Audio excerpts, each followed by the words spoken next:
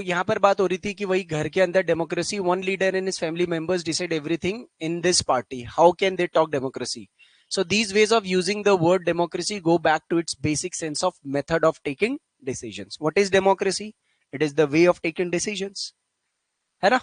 Democratic decisions का मतलब क्या होता है? कंसल्टेशन है, कंसेंट चाहिए सबका, जो लोग डिसीजन से अफेक्ट होंगे उनकी सहमति भी तो चाहिए है। भाई let us suppose sometimes I से कि क्लास इतने से इतने करते हैं, टाइमिंग ऐसा कर देते हैं, या फिर तो जो जुड़ गया है, जब मैंने स्टार्ट किया होगा तो मैंने अपने हिसाब से बनाया होगा। जब जुड़ जाता है कोई तो मैं कुछ चेंजेस करता हूं, तो थोड़ा आप लोगों से पूछता हूं ना, भाई पूछता हूं ना कि भाई ये ऐसा ऐसा कर रहे हैं, तो भाई मेजोरिटी जो है तो ठीक है कर लेते हैं, लाइकवाइज।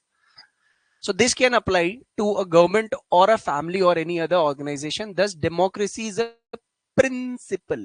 अब आप देखो, एज अ ब्रॉडर कॉन्सेप्ट अभी तक डेमोक्रेसी हमने पढ़ा था कि द वे टू रूल और गवर्न पीपल, यही था ना अभी तक। बट अब बोल रहे डेमोक्रेसी वो नहीं है कि बस एक देश की सरकार को कैसे चलाना है।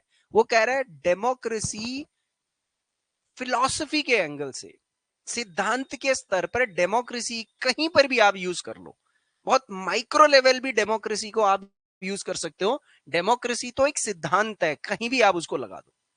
आप एक घर में लगा लो, आपके घर में सब लोग मिल बैठ करके डिस्कस करते हैं, डेमोक्रेसी। आपके एरिया में सब लोग मिल बैठ करके डिसीजन कर रहे हैं, तो डेमोक्रेसी।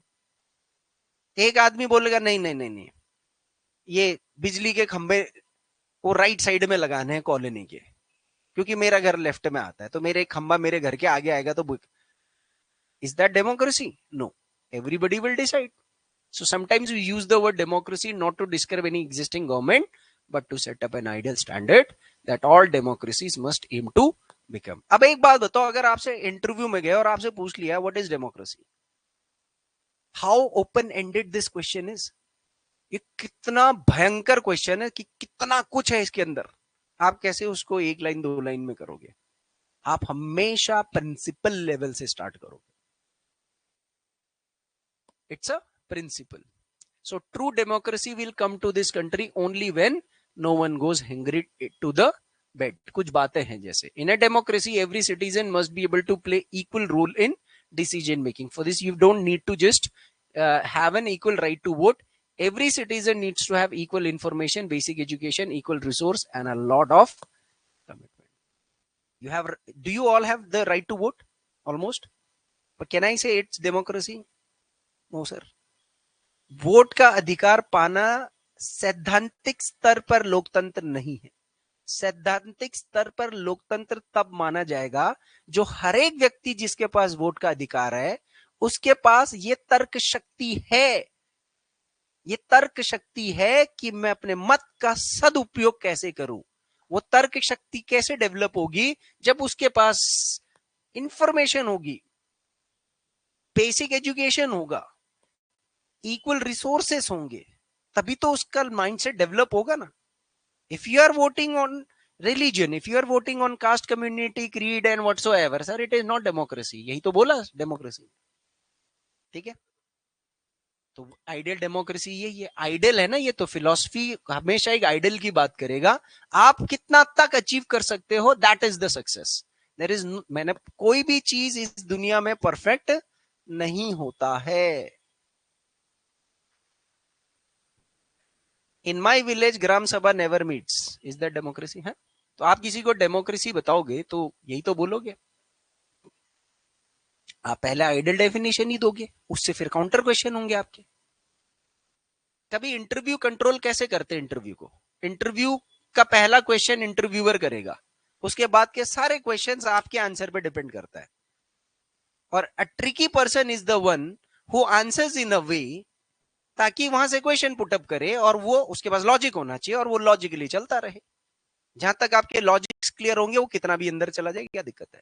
इसका मतलब आपने डोमिनेट कर दिया इंटरव्यू, और ये बहुत रेयर होता है, और वहीं टॉपर निकलते हैं जो डोमिनेट कर जाते हैं।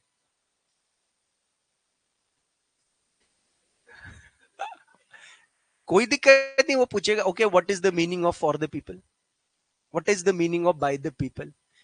वो फिर कुछ थ्योरेटिकल आंसर देगा, बोले कि can you understand me by giving it और relating it to a real day example around you. फिर ऐसे प्रैक्टिकल, आपको अधिकारी बनना है, वो अधिकारी लेना है, तो इसका मतलब आपके पास हर चीज का ज्ञान होना चाहिए।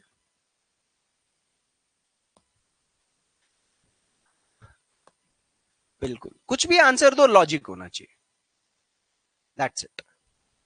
आप लॉजिक, और लॉजिक ढूंढो ना, पढ़ते वक्त तैयारी करते वक्त वही लॉजिक का सेंस ढूंढना है ना आपने। रट्टा कुछ नहीं मारना है, पहली चीज, कुछ नहीं रट्टा मारने की कोशिश करनी है। थोड़ा बहुत चल जाता है मगिंग अप, ट्रिक, बेसिक चीज, बट ऐसी चीजें पे नहीं चलेगा ये लोग, पॉलिटी के आइडियल्स पर नहीं चल सकता रट्टाफिकेशन। So we take no country in the world. देखो, if we take these ideals seriously, then no country in the world is democracy. Yet an understanding of democracy and ideal remains us of why we value democracy. It enables us to judge an existing democracy and identify weakness. अभी की जो भी चीज होगी उसकी weakness क्या है, उसको ठीक करेंगे, यही democracy है. It helps us to distinguish between a minimal democracy and a good democracy. So in this book, we do not deal much with this expanded notion of democracy. Our focus here is with some core institutional features of democracy as a form of government. बस हमने ज्यादा ideal में नहीं जाना, वो कह रहा है, वो कह रहा है बस हमने ये देखना है कि अभी जो सरकार चल रही है उससे बेटर क्या हो सकता है, उसके लिए क्या क्या आपने संस्थान बनाए हैं. अगले चैप्टर्स के अंदर जुडिशरी के बारे में बात करेगा, सब चीज के बारे में बात करनी. A focus here is with some core and next year you will read more about यानी 10th क्लास की उसमें क्या बोलेगा वो, और थोड़ा सा मैंने शुरू में बताया था ना, ये जो democratic politics part 1 9th class, democratic politics part 2 10th class. तो कुछ हमारे कॉन्स्टिट्यूशन के आइडियल्स इसमें हैं और कुछ हमारे कॉन्स्टिट्यूशन के आइडियल्स उसमें है, और फिर 11th 12th में संविधान के बारे में है, वो जो हमने पॉलिटी में पढ़ाई है, बट ये अलग एंगल है इसका समझाने का. So next year is to define, there can be various ways of, अच्छा ये है थ्योरेटिकल है, तो इसमें मैं कई चीजें आपने देखा होगा कि स्किप भी कर देता हूं, जरूरी नहीं है.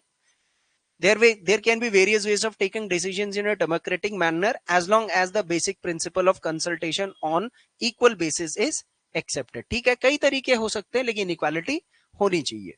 The most common form of democracy in today's world is rule through people's elected representative. कितनी बार आ गया people's elected representative, people's elected representative, सबसे कॉमन फॉर्म है ये, आइडल नहीं बोला है, कॉमन बोला है. सो इन दैट चैप्टर 3 में हम इसके बारे में पढ़ेंगे कि क्या होता है ये people's elected representative. If the community is always small, there can be other ways of taking democratic decisions. All the people can sit together and take decisions directly without electing people. गांव में ग्राम सभा क्या है, इसका example है. आप ग्राम सभा में कोई प्रधान प्रधान कुछ मत बनाओ, आप ग्राम सभा बनाओ, सब लोग डिस्कस करो और ड्यूटी असाइन कर दो, ये हो गया ग्राम सभा. ये भी तो डेमोक्रेसी है. ये सबसे आइडल है. सबसे आइडल तो विलेज लेवल पर ही परफॉर्म हो सकता है ना, कोई भी कॉन्सेप्ट अगर आपको परफॉर्म करना होगा. दिस इज हाउ ग्राम सभा should work in a village. ऐसे ही काम होना चाहिए. ये आप सर गांधी जी के आइडियल्स पर आप एथिक्स के पेपर में जब पूछेगा आप वहां पर फिट कर सकते हो. Can you think of some other democratic ways of decision making? कुछ और लगता है आपको? एक्टिविटी नहीं करना है, एक्सरसाइज आपकी, ये चैप्टर आपका ऑलमोस्ट डन हो गया. अब मैं इसके नोट्स भी डिस्कस करूंगा, कल मैं इसके नोट्स ट्राई करूंगा कि इसके नोट्स हम डिस्कस करें, बट चैप्टर 2 आज हम स्टार्ट कर देंगे, ठीक है. पहले इसके कर लेंगे. ज्योग्राफी की अभी उतनी इंपॉर्टेंस नहीं है क्योंकि वो आपके कोर्स में है, अगर थोड़ा आगे पीछे भी हो गया तो चल जाएगा. This also means that no country is perfect democracy. आप कंक्लूड करते हैं, क्या कोई कंट्री परफेक्ट डेमोक्रेसी है? नहीं है. तो क्या क्या फीचर्स हम लोगों ने डिस्कस करें? जो भी फीचर्स इसमें हमने डिस्कस करें, they provide only the minimum coordination of democracy. मैं आपको बता रहा हूं, एक आप मेरी पॉलिटी का नोट्स चेक करना जिन लोगों ने पढ़ा है, और वहां पर मैंने सेलिएंट फीचर्स ऑफ कॉन्स्टिट्यूशन एक वो बताया है, और सेलिएंट फीचर कॉन्स्टिट्यूशन में मैंने एक लाइन लिखवा रखी है, मिनिमल कोऑर्डिनेशन. वो मिनिमल कोऑर्डिनेशन आप अगर लक्ष्मीकांत को पढ़ोगे समझ में कभी आएगा ही. तो वो मैंने वहां पर भी समझा रखा था, मिनिमल कोऑर्डिनेशन का मतलब क्या होता है. मिनिमल कोऑर्डिनेशन कॉन्स्टिट्यूशन का फीचर है. अब आपको लगेगा सर मिनिमम कोऑर्डिनेशन? अरे सर कॉन्स्टिट्यूशन तो मैक्सिमम कोऑर्डिनेशन प्रोवाइड कर रहा है। यही तो चैप्टर है जो बता रहा है मिनिमल कोऑर्डिनेशन का मतलब क्या होता है। मिनिमल कोऑर्डिनेशन का मतलब ये होता है कि नेचुरली चीजें ऐसी बनाओ कि सब चीज कोऑर्डिनेटेड रहे पहले से कोई सिस्टम आपने बनाया जिसके थ्रू कोऑर्डिनेशन सेटअप हो रहा है, तो अब आपको एडिशनल बनाने की जरूरत नहीं है। That is minimal coordination. हमने कॉन्स्टिट्यूशन में जुडिशरी का रोल डिफाइन कर रखा है ना, विधायक का रोल डिफाइन कर रखा है ना, अब हमें बनाने की जरूरत है क्या? This is minimal coordination. लोग इसको अदरवाइज ले लेते हैं। तो एक डेमोक्रेसी वो होती है जिसमें आपको न्यूनतम समन्वय स्थापित करने की जरूरत पड़ती है, क्योंकि आपने डेमोक्रेसी अडॉप्ट कर लिया तो इसका मतलब कोऑर्डिनेशन सेट हो गया है, आपने वो प्रिंसिपल्स इनहेरिट कर लिए ना। That doesn't make it ideal democracy. Every democracy has to try to realize the ideals of a democratic decision making. So this cannot be achieved once and for all. So this requires a constant effort to save and strengthen democratic forms of decision making. अभी अगर सरकारें गलत करेंगी तो ये भी democratic है, गलत करेगी तो इसको क्या करना है? Safe constant effort. नेक्स्ट कोई रोल हमारे लोग आएंगे या हम लोग आएंगे सरकार में, हो सकता है हम भी कुछ अच्छा कर लें, ठीक है बढ़िया है, कुछ कोई गड़बड़ करेगा तो उसको क्या करना है? बचाना है, अपग्रेड करना है, अपडेट करना है, ऐसे चलता रहेगा। There is nothing perfect. What we do as citizens, हम क्या कर सकते हैं बताओ एज अ नागरिक, can make a difference to making our country more और लेस डेमोक्रेटिक। हमारी तो जिम्मेदारी है। हम लोग किस बेसिस पर वोट कर रहे हैं, हमारी तो जिम्मेदारी है ना। What kind of country do you want to see? आप 50-100 साल में इंडिया कैसा देश देखना चाहते हो? एक लाइन में कैसा देश देखना चाहते हो?